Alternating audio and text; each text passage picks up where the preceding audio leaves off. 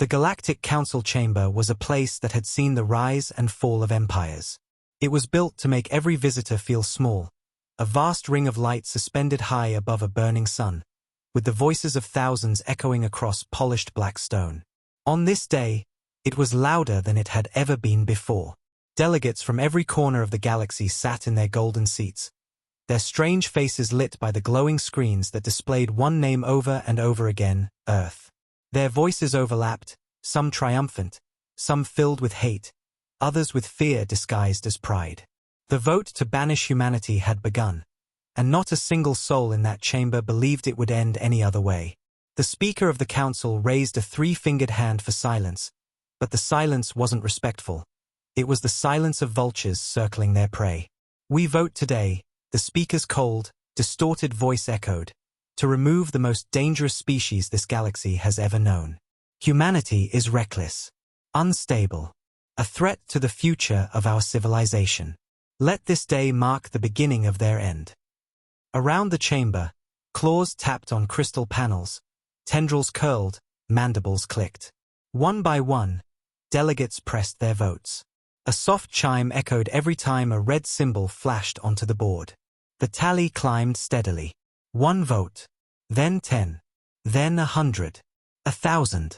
No one dared to oppose the majority. It was not just a vote, it was a public display of power, a reminder to everyone that the Council ruled the stars, not some unpredictable upstart species from a blue planet at the edge of nowhere. Every screen lit up with the result: unanimous exile. Across the galaxy, the message spread like wildfire. Broadcasts on hundreds of alien worlds showed the moment the Speaker announced it.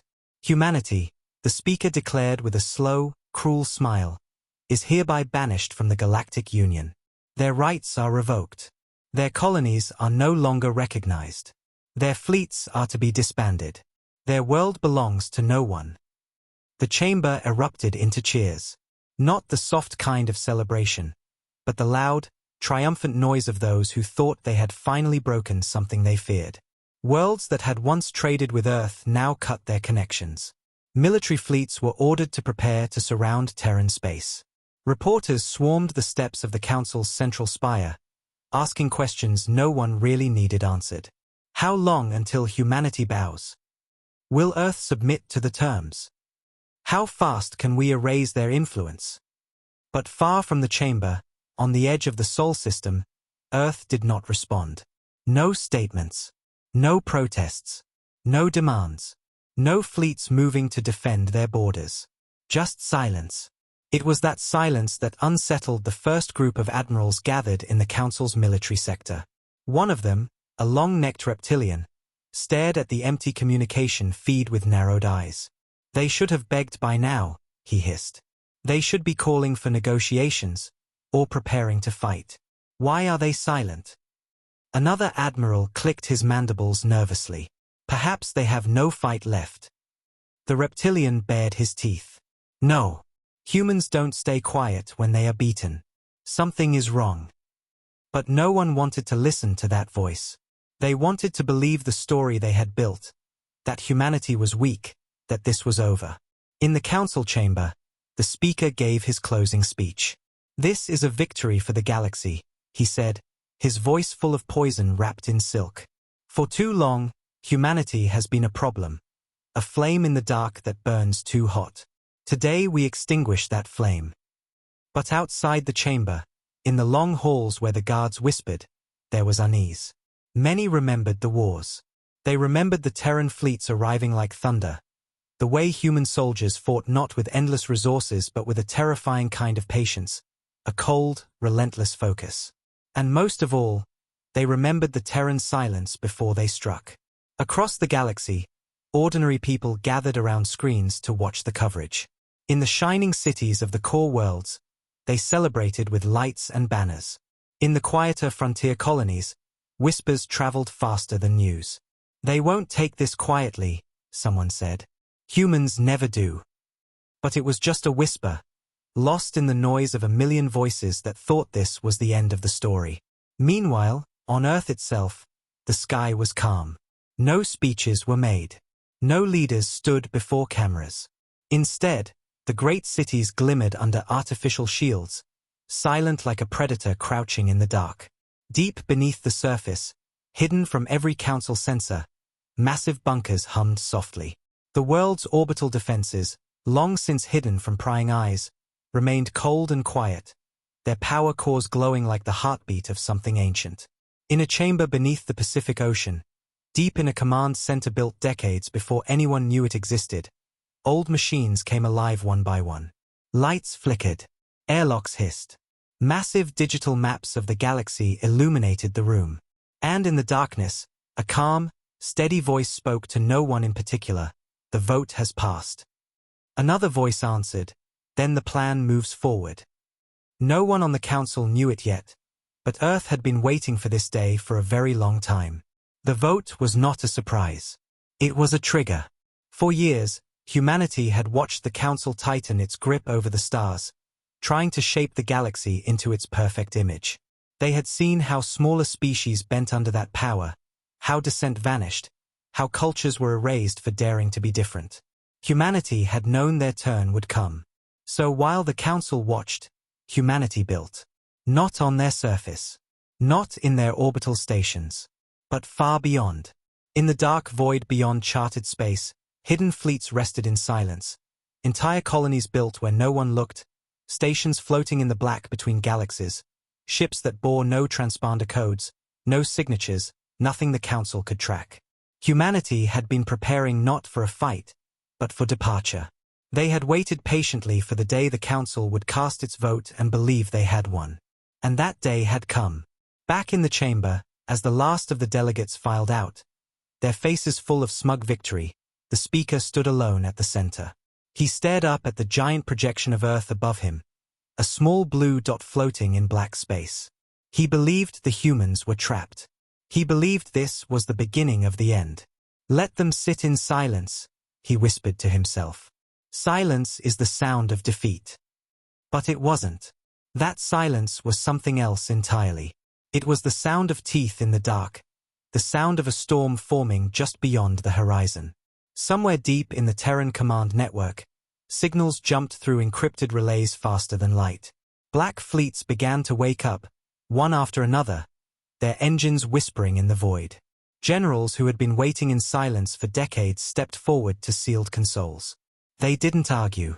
They didn't hesitate. They simply followed the plan. Humanity didn't need the galaxy's permission to survive.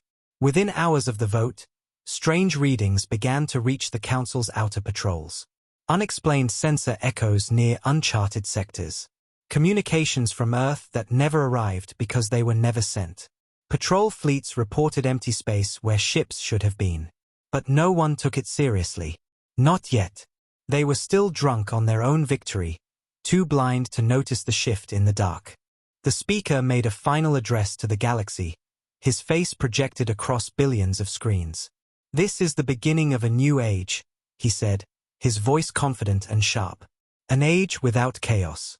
An age without the human problem. Billions cheered.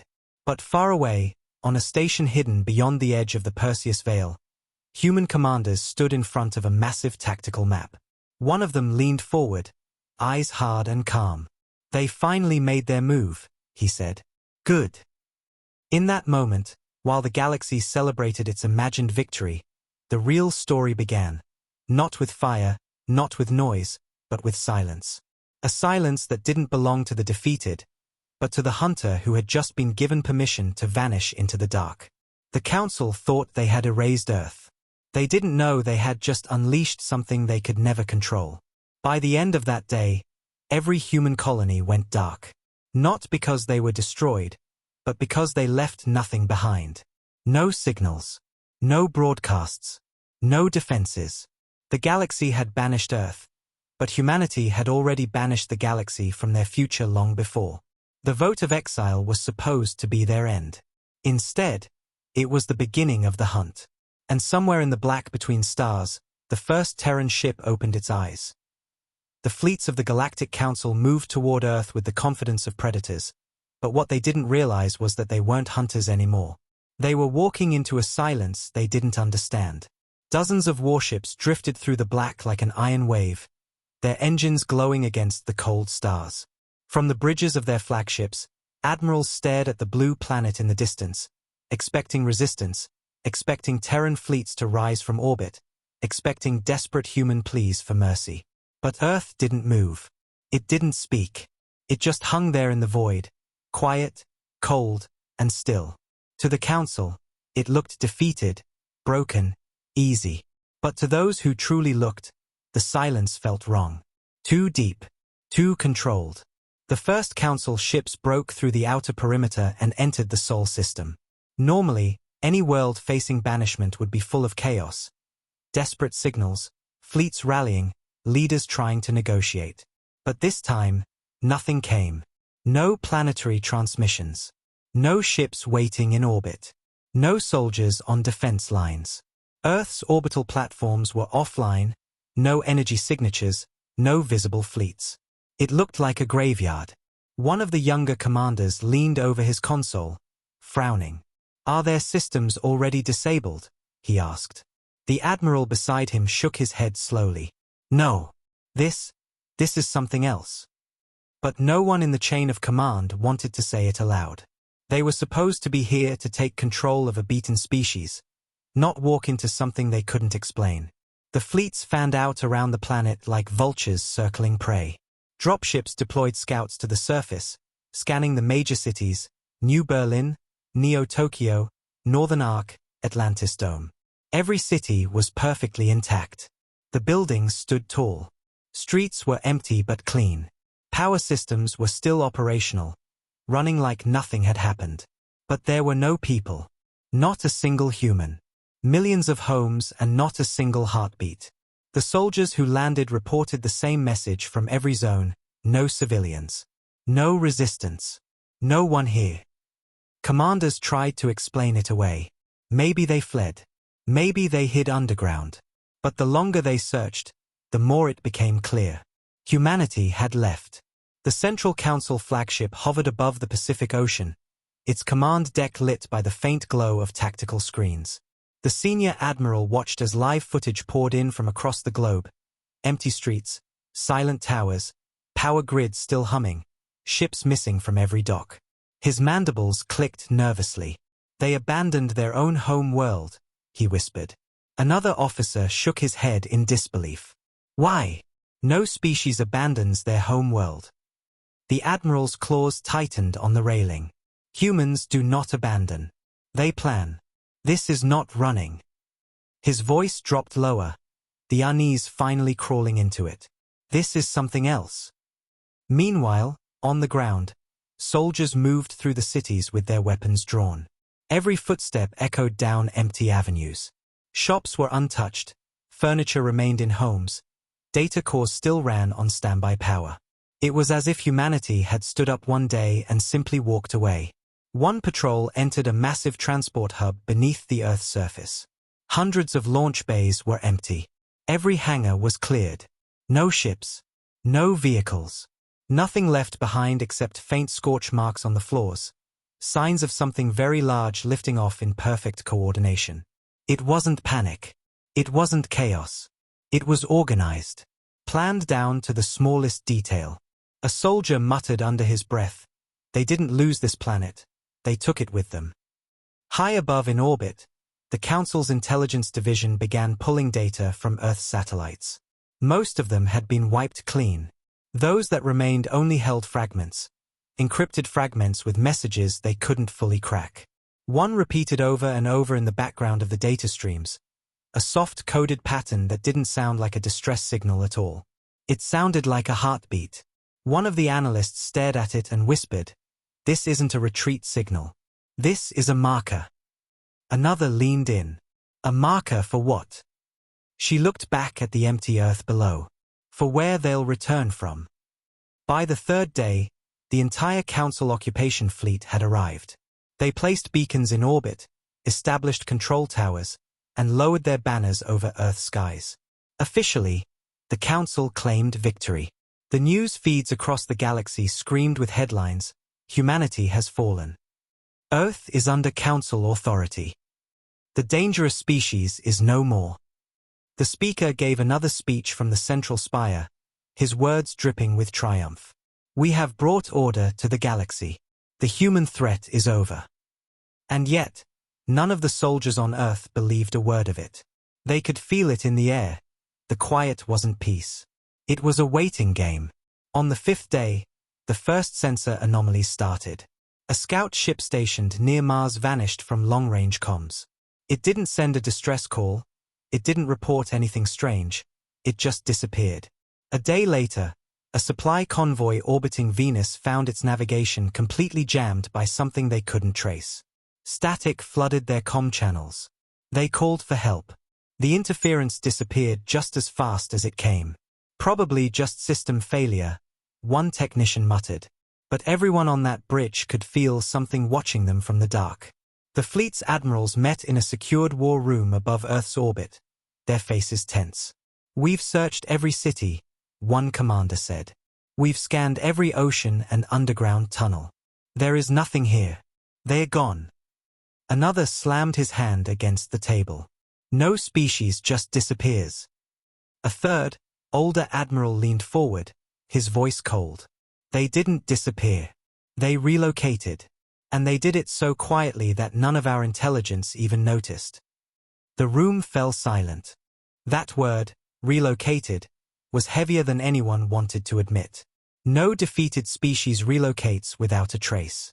Only predators planning something bigger move like that. What made the Council nervous wasn't the lack of humans. It was the perfection of it all. Not a single sign of resistance. No abandoned defenses. No broken shields. Even their network cores were wiped so clean it was like they had never existed. The entire species had packed up and vanished, leaving nothing for the victors to conquer. It wasn't a surrender. It was a message. You are too late. By the end of the week, Earth had become the Council's hollow trophy, a world they claimed, but one that felt wrong to hold. Occupation forces walked through ghost cities that still smelled like life, but it was a life they didn't own. Patrols reported strange readings in deep orbit. A few claimed to see brief flashes of black ships at the edge of their sensors, but nothing ever stayed long enough to track. Those reports were dismissed, at first. But fear was already growing. One night, during a routine orbital watch, a small cruiser caught a transmission from deep space. It wasn't on any known frequency. It was short, cold. A single line in a Terran encryption pattern no one had heard in years. When translated, it said, "You've arrived too late." The message disappeared as quickly as it came. The Council tried to trace the source, but there was nothing. Just empty space. That night, the admiral who first warned about the silence stood on the command deck of the flagship, looking down at Earth. It was beautiful, quiet, almost peaceful. But he knew what was coming. He could feel it. "This isn't victory," he whispered. "This is a setup." Around him, the other officers pretended not to hear, because admitting it would mean accepting a truth none of them were ready to face. Humanity hadn't been defeated. Humanity had simply left the board. And no one knew where they had gone. As the Council declared their final ownership of Earth to the galaxy, the humans were already far beyond their reach, watching in silence. And somewhere in that vast, cold darkness, they were waiting for the right moment to return, not as victims, but as something far more dangerous. The occupation fleets didn't know it yet, but their time on Earth had already started counting down. The Council's occupation fleet had wrapped itself around Earth like a chain, but the longer it sat in orbit, the more that silence began to eat away at the confidence they had arrived with. At first, everything seemed under control. Patrol routes were set, banners were raised, broadcasts declared the end of humanity. But beneath that polished surface, unease spread like oil in water. Patrol ships reported strange shadows on their scanners, ghost signals flickering at the edge of detection. Command brushed them off as technical errors, but the reports kept coming.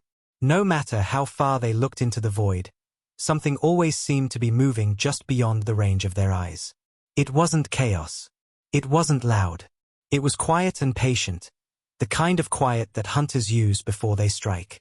3 weeks after the occupation began, the Council sent scout squadrons into the outer Sol system to map abandoned Terran colonies, hoping to find stragglers, supply caches, or some sign of a human resistance network. They found nothing. Mars, once a bustling Terran outpost, was empty. Not damaged, not destroyed, empty.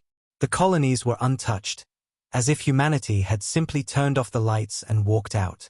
The same was true for the orbital stations around Jupiter and the deep mining rings in the asteroid belt. It was too clean. No signs of panic, no traces of evacuation. It was like they'd never been there. One commander stared at the footage and muttered, "No one leaves like this. No one." The fleet moved farther, pushing past Neptune's orbit, into the cold outer dark where Terran science stations used to hum with life. They found entire installations stripped bare. It wasn't scavenged. It wasn't stolen. Everything of value, every engine, every core, every drive, was gone. What remained were only hollow shells. This wasn't a retreat. It was a clean sweep. It was precise. Too precise. One scout captain sent his final transmission before vanishing off the grid. His voice was low and trembling. They've been planning this for years. Then his signal cut, and his ship never came back. Back on Earth, in the Council's orbital command center, the admirals argued over the growing list of disappearing patrols. "It's resistance," one shouted. "There must be cells hiding in the shadows." Another slammed his hand down. "We've scanned every inch of this system. There's nothing here." An older admiral, the same one who had warned them during the vote, stared out the viewport at the stars. "You're wrong," he said quietly. "They are here. Just not where you're looking." His words hung heavy in the room, ignored by some but sinking deep into others. In the Council's intelligence sector, analysts worked around the clock trying to piece together fragments of data left behind in abandoned Terran systems. Every time they cracked into an old network, they found nothing useful, just empty directories, dead signals, or perfectly wiped archives. But some fragments weren't completely erased. A repeating sequence appeared in several of them. A faint pattern buried so deep in the system that it looked almost accidental. It wasn't. A young technician decrypted part of it and paled. "This isn't a random code," she whispered. "It's a trail." It wasn't a cry for help. It wasn't a leftover defense program. It was deliberate, a breadcrumb left by humanity.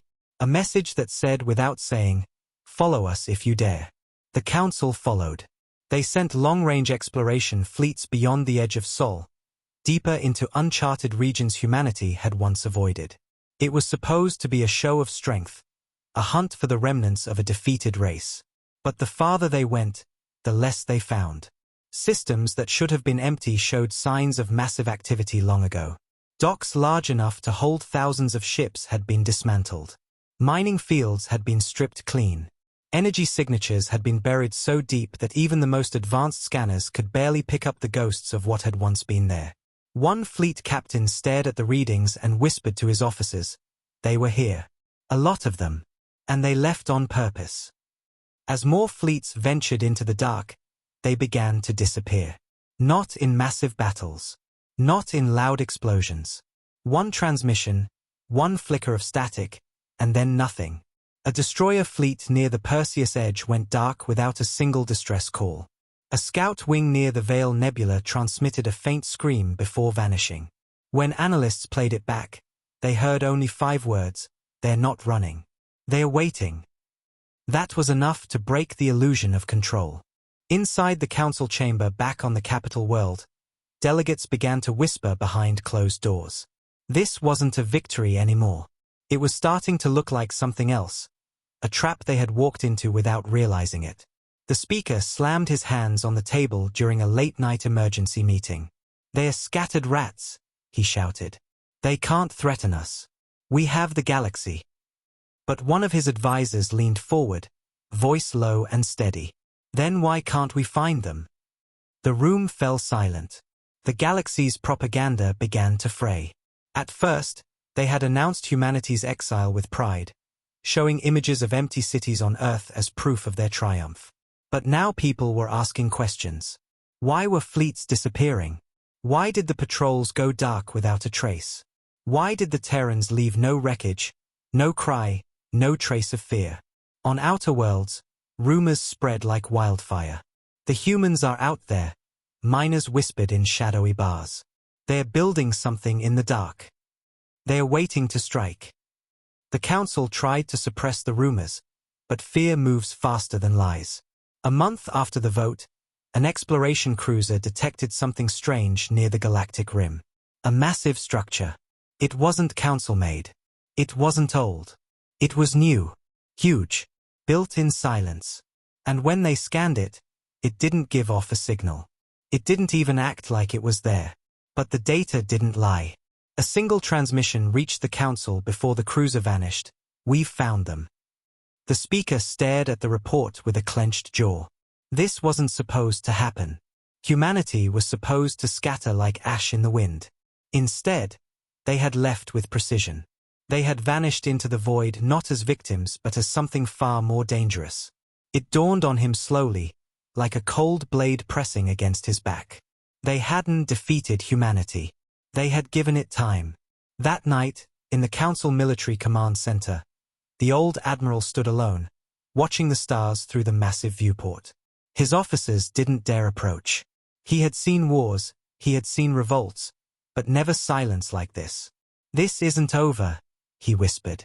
"It's only just begun." And far beyond their reach, in the dark corners of space, thousands of Terran warships remained hidden, their engines silent, their crews waiting for the galaxy to believe the lie a little longer. Humanity hadn't run. Humanity had simply stepped off the stage. And soon, they would return on their own terms.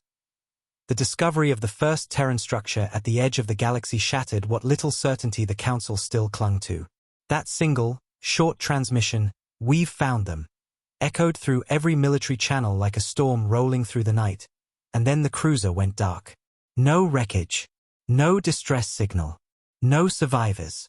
Just silence. At first, the Council told the galaxy it was an accident, a lost ship, a glitch in deep space communications. But everyone inside the war rooms knew the truth. That ship had touched something it was never meant to find, and whatever humanity had built out there was bigger than anyone had imagined. The speaker ordered immediate containment. Fleets were dispatched. Intelligence teams were mobilized. And yet, no matter how many ships they sent, they never came back. One by one, their lights vanished from the star map like candles being snuffed out by a cold wind. The Council's inner circle met in the lower halls of the capital, far away from the broadcast chambers and their fake celebrations. The speaker slammed his hand on the table, his voice sharp with desperation. "We exiled them," he hissed. "We stripped their power. How could they build anything this far out?" The old admiral, the one who had warned them from the start, didn't look surprised. His voice was quiet, almost like it belonged to someone who had already accepted what was coming. "Because they were never our prisoners," he said. "They were preparing while we were watching ourselves." No one responded to him, but the fear in their eyes told him they knew he was right. Back in the outer sectors, the search fleets followed the coordinates left by the vanished cruiser. It took weeks to reach the edge of that uncharted region, a dark stretch of space beyond mapped trade lanes. A place most civilizations avoided because it was too empty, too cold, too quiet. But when the first fleet crossed the threshold, their senses began to scream.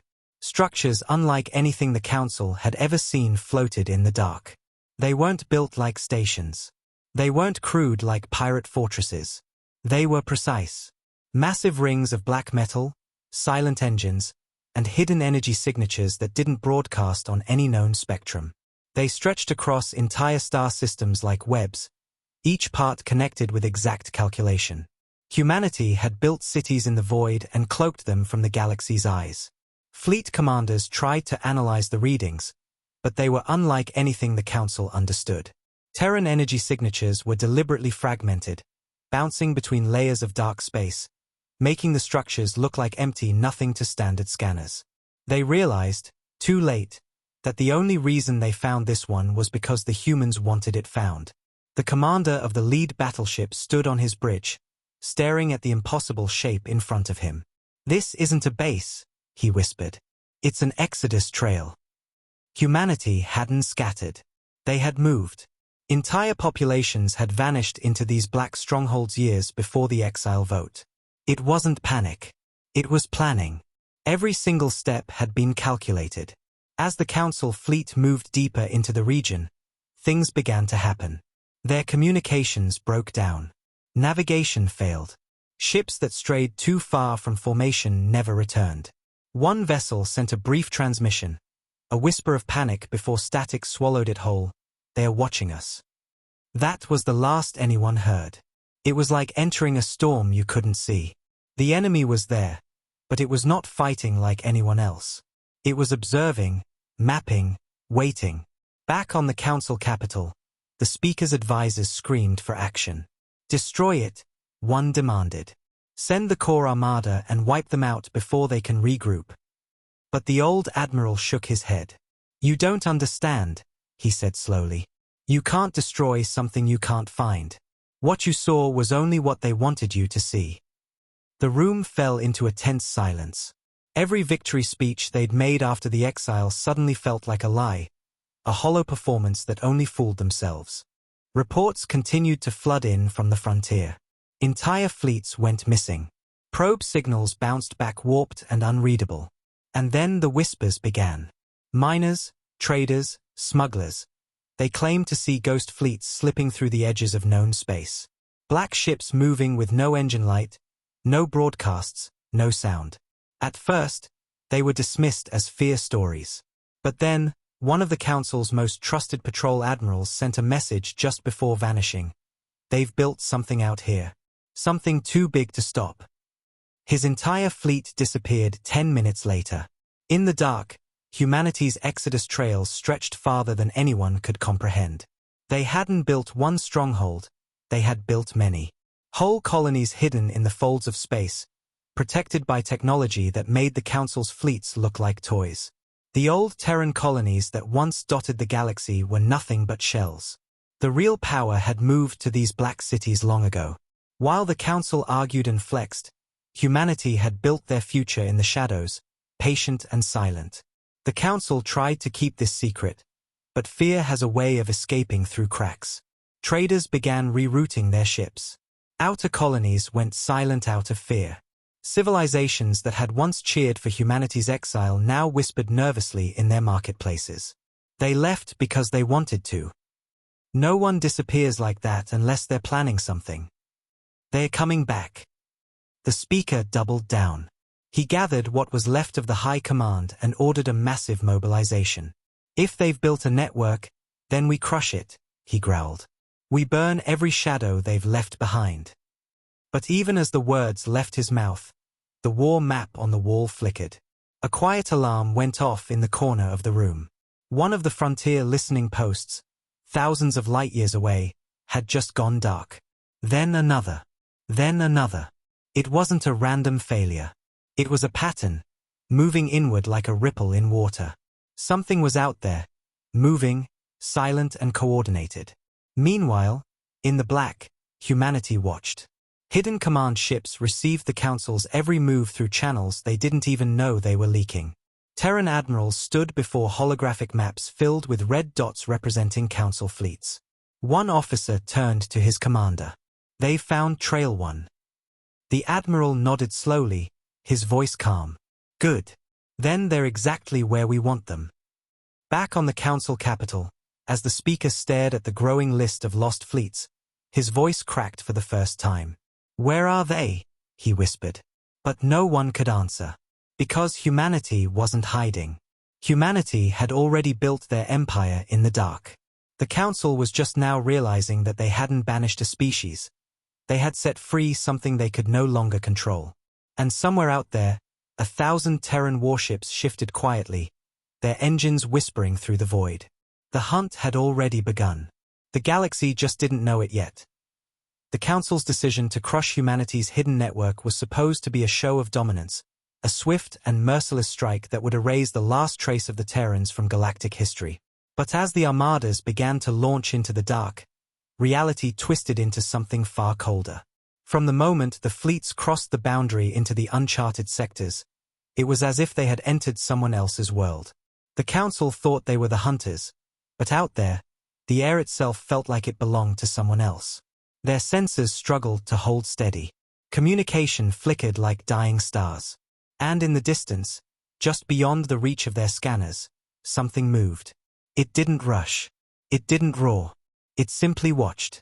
The first Vanguard fleet reached the coordinates of the structure that had swallowed the last exploration ships. The admiral stood on the command deck of his flagship, surrounded by glowing star maps that showed nothing but black emptiness. "It should be here," his officer said quietly. It was here. The admiral narrowed his eyes at the void ahead. There was nothing. No structure. No fleet. No signal. Just silence. He opened his mouth to give the order to move forward when something flickered on the far edge of the scanner. Just a single blip. It vanished a second later. "Probably a sensor glitch," someone said. But the admiral felt the air grow colder. Without warning, the fleet's long-range comms died all at once. Static filled every channel. The lights on the consoles dimmed. Ships began to drift as if someone had cut their throats. The admirals barked orders, but nothing worked. Then the first ship disappeared. Not exploded, disappeared. It simply went dark, its signal gone. One by one, more ships followed. Panic spread through the ranks as voices screamed through the failing comms. "They're in the shadows," someone shouted. "I can't see them." And then there was nothing but the sound of their own breathing. Above them, far beyond their range, the Terran fleet had already surrounded them. Black warships moved through the void like silent predators, invisible to the Council's eyes. Their hulls reflected no light, their drives made no sound. Every move was deliberate, precise, rehearsed 1,000 times. The Terrans didn't open fire immediately. They let the fear sink in. They let the Council's mighty fleet twist in the dark, blind and alone. When the first shot came, it wasn't a warning. It was a rail slug that tore through a battleship like paper, splitting it in half in silence. Then another. And another. The Council ships returned fire wildly, energy blasts lighting up the dark like terrified prey flashing teeth it didn't know how to use. They hit nothing. Every target they thought they saw was already gone. The Terrans struck again from a different direction. Another battleship vanished. A cruiser cracked apart. The fleet broke formation, some ships trying to run, others spinning aimlessly in panic. "Where are they?" an officer screamed over the static. A voice answered in the darkness, not over comms, but inside their ships, a recorded Terran message triggered as part of the ambush. "You were too late." Back on the Council capital, the Speaker and the High Command watched the red icons on the star map blink out one by one. No distress calls. No fighting. No survivors. Just an entire armada wiped away by something they couldn't even see. The Speaker slammed his fists down on the table, screaming at the technicians. Trace them. Find their fleet. But there was nothing to trace. The Terrans had moved like ghosts and left nothing but silence behind. Meanwhile, the second armada was moving toward another hidden sector on the opposite side of the galaxy. They didn't know what had happened to the first Vanguard fleet. All they received was a faint static message that didn't make sense. As they entered the dark, the same thing happened. Lights dimmed. Comms died. Sensors went blind. At the heart of their formation, captains felt the weight of something pressing down on them. One of the junior officers whispered the words no one wanted to say, "We're being hunted." The Terran fleet appeared for only seconds at a time, long enough for one ship to be taken, short enough to vanish before anyone could lock on. They dismantled the fleet piece by piece, carving it apart like wolves pulling down prey too slow to fight back. A dreadnought turned to run, trying to jump out of the system. It never finished the jump.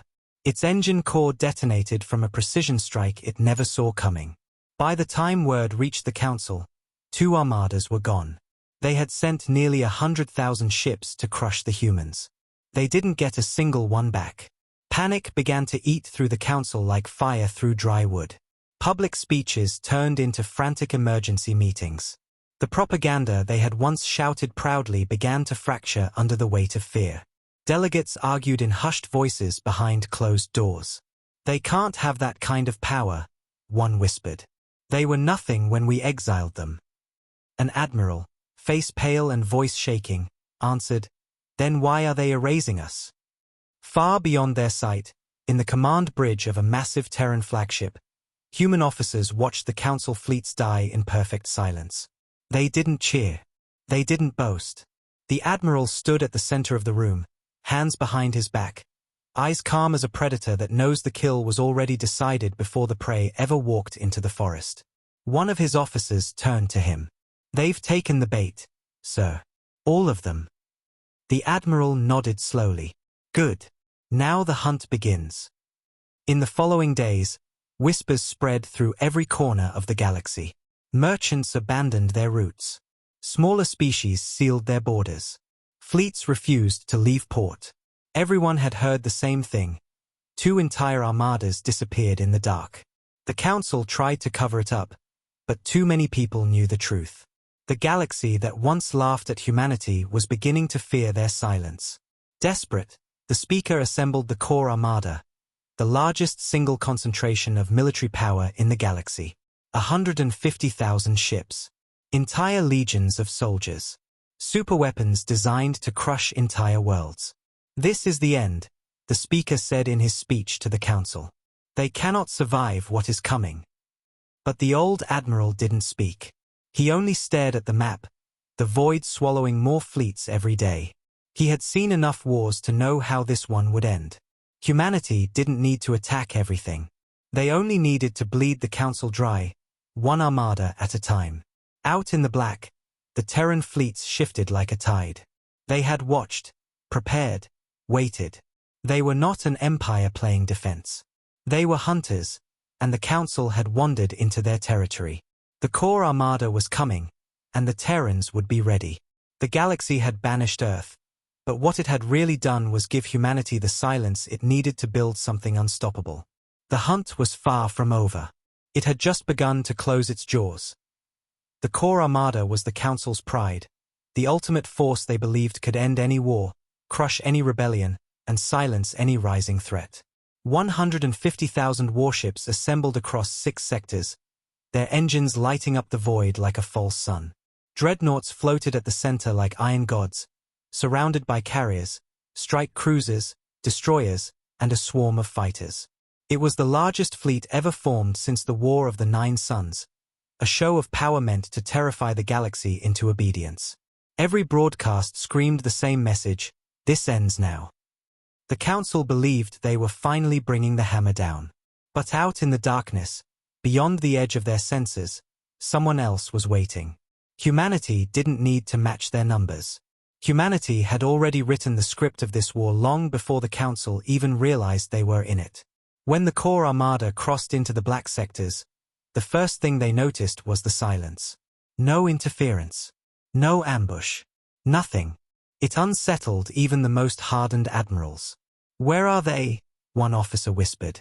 "They know we're coming." Another laughed nervously. "Maybe they've run out of places to hide." But deep down, everyone on those ships felt it. The silence wasn't weakness. It was the quiet breath before a predator strikes. The fleet moved forward in a wall of metal, confident in its strength. But then, small things began to happen. Communications lagged by seconds. Navigation readings flickered. Distant scanners picked up phantom echoes that disappeared as soon as they were tracked. The admirals barked at their tech crews, thinking it was just interference, but the old admiral sitting on the flagship said nothing. His eyes were locked on the star map, and he knew exactly what was happening. The Terrans were here. Not attacking. Watching. Herding. Then, without warning, the outer formations began to break. It wasn't an attack. It was something worse. Ships on the outer edge of the fleet began losing power one by one, their signals blinking off the map like someone was plucking them out of existence. The admirals shouted for sensor sweeps, but the scanners showed nothing. A destroyer captain screamed over the comms, "We can't see them," and then he was gone. His ship disappeared from every channel, as if it had never existed. Panic rippled through the fleet. The admirals tried to rally their lines, but the Terrans had already begun to close the trap. Black warships emerged from the void like shadows peeling away from the stars themselves. No bright lights. No engine flares. Just black hulls sliding into position with terrifying precision. The Council opened fire in every direction, their energy cannons lighting up the dark. But it was like firing into a mirror. The Terrans moved between their blind spots, hitting only when it mattered. A single rail slug cracked through a dreadnought's shields and split it down the middle like glass. Another cruiser went silent after its engines were cut with surgical precision. The fleet, once a single organized machine, began to fracture. Inside the flagship, alarms screamed as the bridge filled with red light. Multiple contacts, closing from all sides, an officer shouted. "How many?" the admiral demanded. "Too many to count." The admiral gritted his teeth. He had fought wars his entire life. He had seen battles stretch for weeks. But this wasn't a battle. This was a dismantling.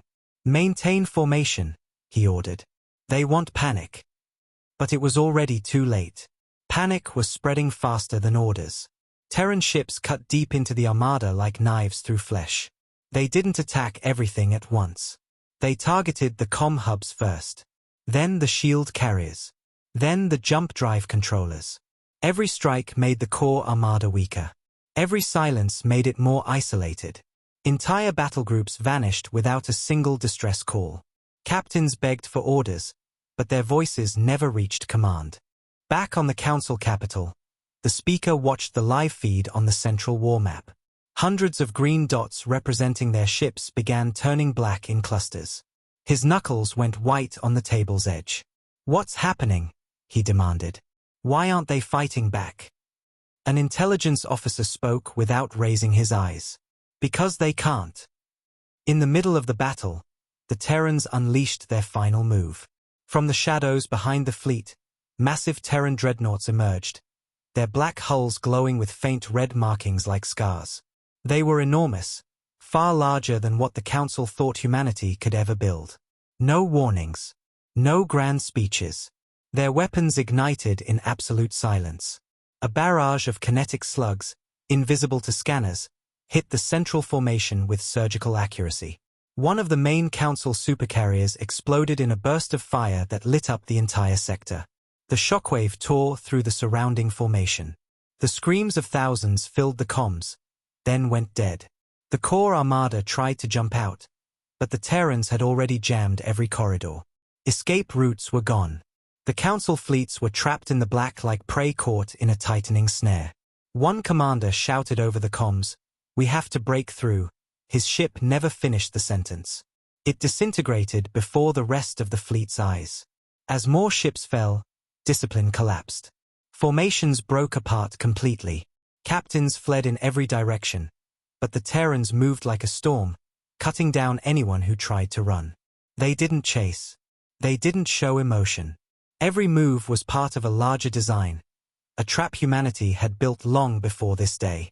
On the flagship, the old admiral stood silent as the bridge shook around him. Officers screamed, alarms blared, but he didn't move. He knew. He had known this would happen from the moment the vote was cast. "They built this war," he said softly. "We just walked into it." One of his officers turned to him, desperate. "What do we do?" The old admiral's answer was a whisper. "Nothing can stop this now." In less than 3 hours, the largest fleet in the galaxy was gone. Not scattered. Not retreated. Gone. The Terrans didn't leave wreckage. They took what they wanted and erased the rest. Of the 150,000 ships that had entered the black, less than 100 limped out, their engines burning, their crews broken and half-mad.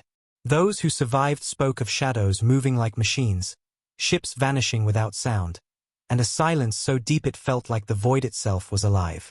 Back on the Council capital, the speaker stared at the war map. The mighty core armada was nothing but ashes in the dark. His hands trembled as he realized what the galaxy had done. They hadn't banished a weak species. They had given humanity the perfect reason to disappear, build in silence, and return as something the galaxy couldn't fight. In the void, the Terran fleet drifted in silence, their black hulls disappearing back into the darkness.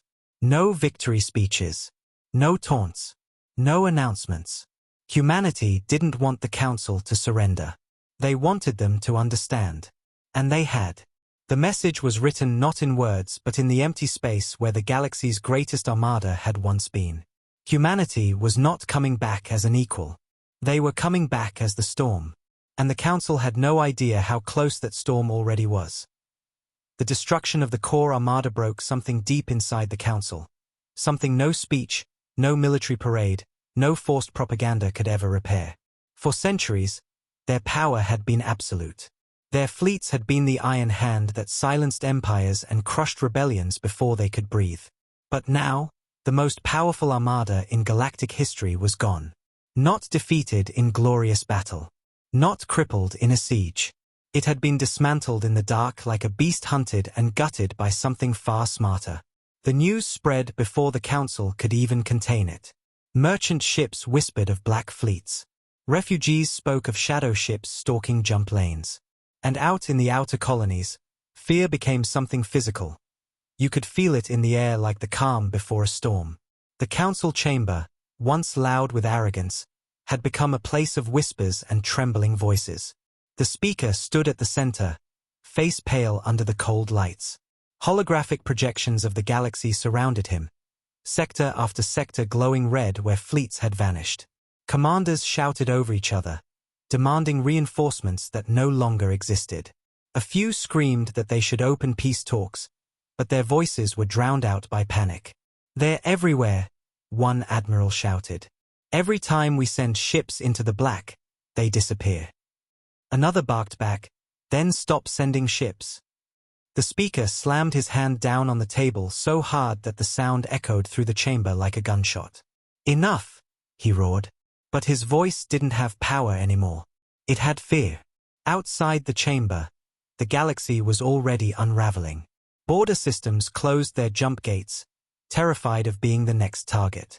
Smaller species who had once bowed to the Council's strength started pulling their fleets home, no longer trusting their so-called rulers to protect them.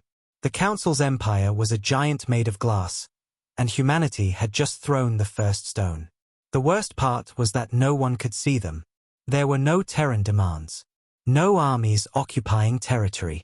Just the growing shadow of something they couldn't control. And then the first confirmed sightings of the Terran fleet appeared. In multiple sectors across the galaxy, massive black warships emerged from deep space like they had been there all along.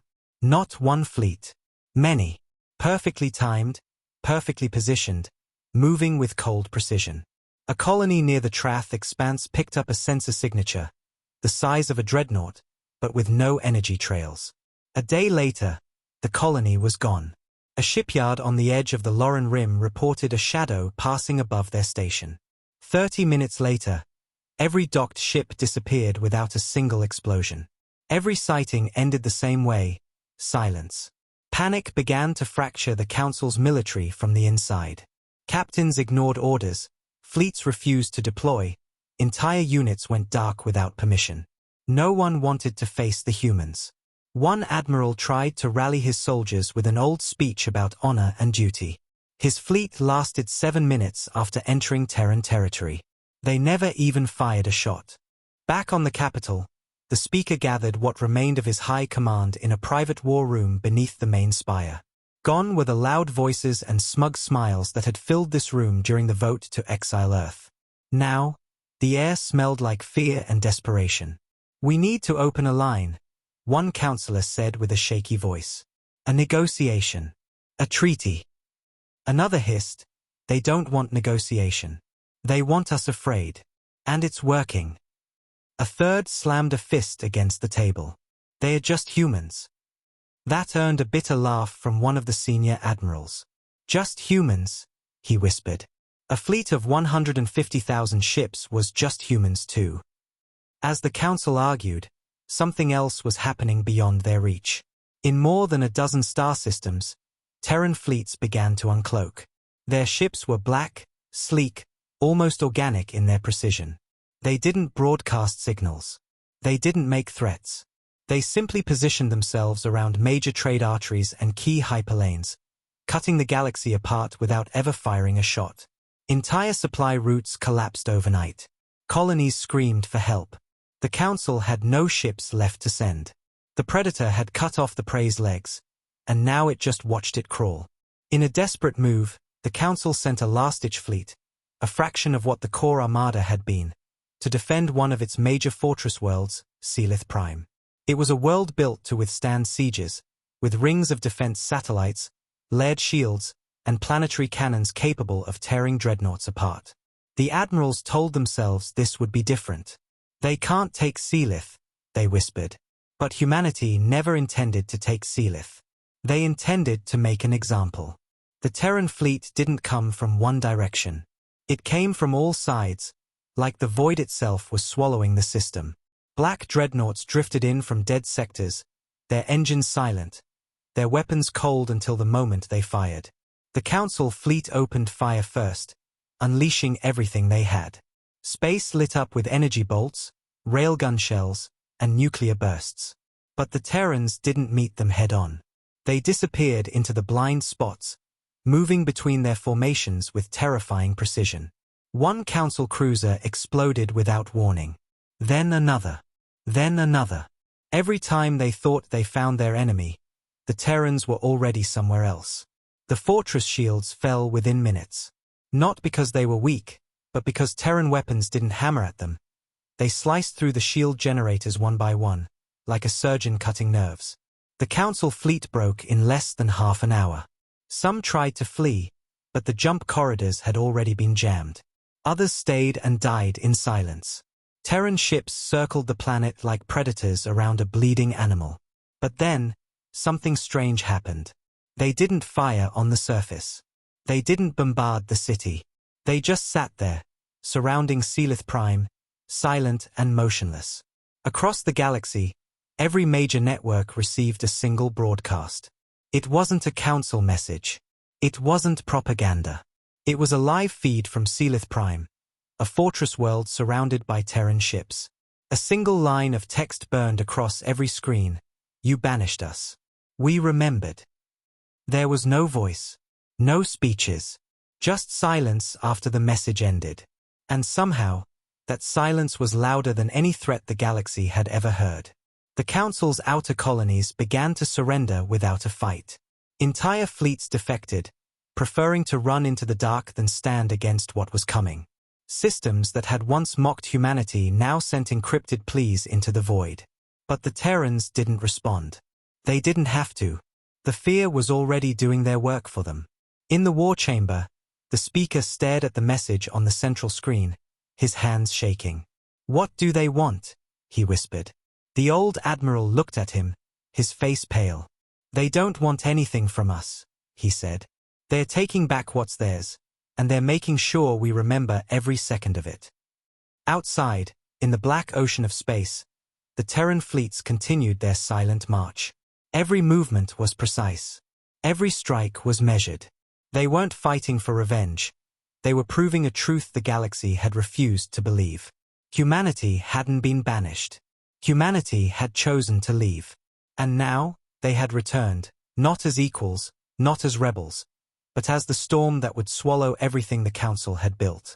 The galaxy finally understood why Earth never begged, never cried, never fought back after the vote. Because the war had already been decided before the first shot was ever fired. Humanity didn't need permission to exist. They had already taken the future. The night sky above the Council capital was darker than it had ever been. The stars that had once seemed bright, like proof of their unshakable empire, now felt distant and cold. Every citizen on the planet could feel it in the air. Something vast and unstoppable was closing in. The Council's mighty fleets were gone. Their outer colonies were silent. Their trade routes had been strangled without a single full-scale invasion. The predator they thought they had exiled had returned, not with noise, not with speeches, but with the kind of silence that crushes the air from your lungs. For the first time in centuries, the most powerful empire in the galaxy was alone. Deep beneath the shining towers of the capital, the Council's emergency war chamber was a chaos of panicked voices and flickering screens. Admirals shouted for fleet updates that never came. Ministers begged for reinforcements that no longer existed. The speaker stood in the center, hands gripping the edge of the table so tightly his knuckles had gone pale. The holographic map showed a ring of red around their home system. It wasn't a normal invasion line. It was a perfect circle. It didn't move forward because it didn't need to. The Terran fleets were already here. "Where are our defenses?" one counselor shouted, slamming his fists on the table. "Why haven't they fired?" A technician turned toward him with wide, hollow eyes. "They are gone, sir. Every outer defense satellite has been disabled. No explosions. No signals. They just went dark." Another admiral's voice cracked as he read the incoming reports. "They've jammed every jump lane. We can't retreat. We can't call reinforcements. We're surrounded." Above the planet, the Terran fleet revealed itself like a curtain being pulled away. Thousands upon thousands of black warships slipped out of the void, their hulls gleaming faintly under the light of the star. There was no sound, no radio transmission, no demand for surrender. They simply encircled the world with such precision that it felt less like a fleet and more like the closing of a fist. From the surface, every telescope and every broadcast screen was filled with the same image, an endless wall of Terran ships blotting out the stars. Panic exploded across the capital. Civilians flooded the streets, staring at the sky, some screaming, some whispering prayers. The Council's soldiers rushed to defensive positions, but their hands were shaking. Everyone remembered the fate of the core armada. Everyone had seen the message from Selith Prime. No one truly believed they could fight what was coming. A single tremor of collective fear passed through the world as the Black Fleet drifted closer, silent, patient, suffocating. In the council chamber, the speaker's voice broke through the noise, but it carried no power anymore. "We will open fire," he said. "We will fight. We will not surrender to them." An admiral turned to him, sweat running down his scaled face. "With what?" he whispered. "We have nothing left. And they know it." The speaker's voice rose, desperate. "We are the council. We cannot be brought to our knees by," but he didn't finish, because in that moment, the power grid flickered and the entire chamber fell silent. High above, a single Terran dreadnought moved forward. Larger than any ship the council had ever built, its black hull swallowed light itself. Its weapons stayed cold. It didn't need to fire. Every orbital defense system around the planet suddenly went offline at once. No explosions. No dramatic attack. Just gone. Systems that had been designed to withstand supernova-level impacts folded like paper before the precision of an enemy that had spent years preparing for this moment. A single signal appeared on the Council's main network. No voice. No image. Just 5 words burned across every screen on the planet. "We were never yours." The message stayed there, unchanging, as the fleet above slowly began to descend. Dropships, sleek and black, pierced through the upper atmosphere like shadows sliding down a wall. Anti-air defenses tried to lock on, but the Terran ships moved too fast, too silently, too perfectly. One by one, every ground battery went offline without even firing a shot. On the streets, people ran as the sky filled with dark shapes. Terran ground troops landed in synchronized waves, black armored figures moving with the same precision as their fleets. They didn't shout orders. They didn't terrorize civilians. They didn't need to. Their mere presence was enough. In less than an hour, the capital was surrounded. The most powerful government in the galaxy had been cornered like prey, and humanity hadn't fired a single shot at the city. Inside the Great Council Hall, the speaker and what remained of his council stood frozen as Terran soldiers entered. Their boots struck the marble floors in perfect rhythm, their faces unreadable behind their black visors. The speaker tried to speak, but his voice cracked. We can negotiate. This doesn't need to end like this." The Terran commander stepped forward, tall, calm, with the kind of silence that carried more weight than any speech. He looked at the speaker for a long time before speaking in a voice so steady it felt like a blade. "You already decided how this ends the day you voted."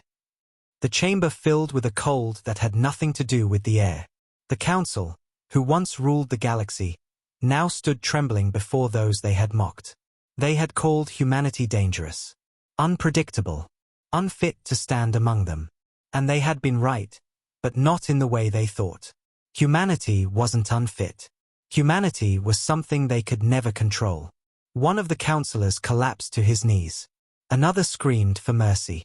The speaker stared at the Terran commander, searching for anything: anger, hatred, pity. There was none. Only the calm of a predator who had already won long before this moment. "Why?" the speaker whispered. "Why do this?" The Terran leaned in slightly. "Because you thought we were yours." Outside, the Black Fleet hovered silently over the capital. Every broadcast channel across the galaxy was hijacked. Every screen flickered to show the same image: the Council's great capital under Terran occupation. No words, no threats, just the image itself. And the message burned beneath it: "You banished us. We never forgot." Across the galaxy, thousands of worlds fell silent. Some out of fear, some out of awe, and some out of the quiet realization that the balance of power had shifted forever. The Council wasn't the ruler of the stars anymore. The predator it had once tried to chain had come back not as a subject, but as the storm that tore empires apart. Back in the chamber, the Terran commander turned away from the broken counselors and spoke into his comms, his voice calm and final. Control secured. Phase 1 complete. Above the world, Terran ships adjusted their positions, locking down the system with ease. It wasn't a siege. It wasn't a war. It was the end of an illusion. The speaker slumped into his chair, staring at the floor. He remembered the day of the vote, the laughter in the chamber, the way they believed humanity would disappear quietly into the dark. He realized now, too late, that the silence after that vote wasn't surrender. It was the sound of a predator slipping off the chain. And as the Terran fleet filled the sky, the galaxy finally understood the truth. Humanity had not been banished. Humanity had been waiting. And now, there was nowhere left to hide.